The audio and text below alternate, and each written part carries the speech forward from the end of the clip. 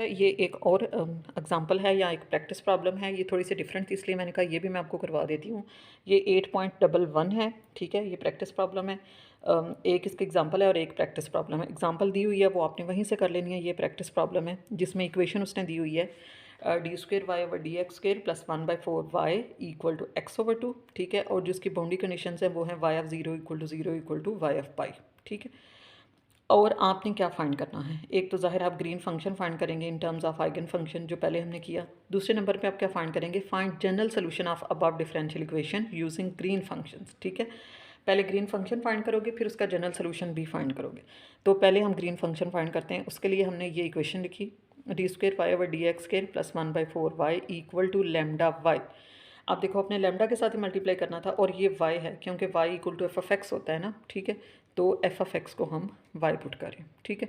अब lambda y को दूसरी साइड पे ले जाओ तो माइनस लैम्डा y हो जाएगा और फिर आप y को कॉमन कर लो ताकि आप कैरेक्टरिस्टिक इक्वेशन बना सको, ठीक है। तो ये आ गया d² y/dx² plus 1/4 minus lambda into y equal to 0। यहाँ से कैरेक्टरिस्टिक इक्वेशन आ गई। यहाँ से आपने d की वैल्यू निकाली तो ये आ गई।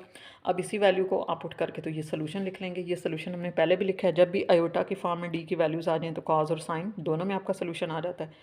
अब पहली आप जो आपके पास इनिशियल कंडीशन है वो अप्लाई करें।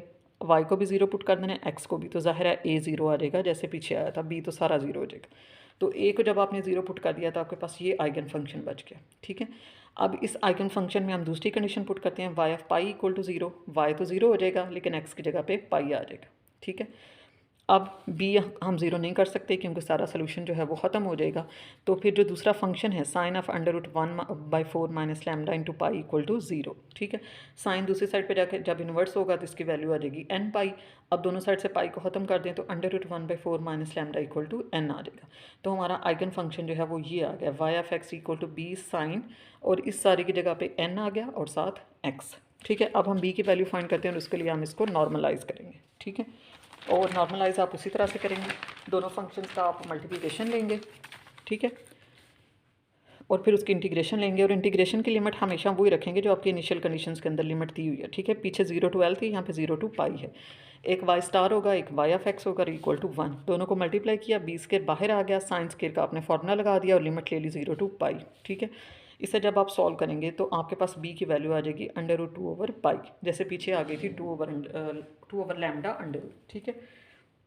अब ये जो नॉर्मलाइज आइगन फंक्शन है ये आपके पास आ गया।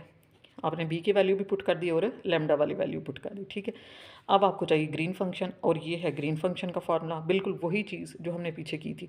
सिर्फ आपने एक फंक्शन में x की जगह पे x' पुट कर लेना है और एक को आपने x रखना है और divided by lambda n minus lambda, ठीक है। तो ये सारी वैल्यूज़ आप पुट करें इसमें तो आपके पास जो ग्रीन फंक्शन है वो ये इस तरह से आ जाएगा। सिग्मा n √2/पाई साइन n x', √2/पाई साइन n x और 1/4 माइनस n², ठीक है।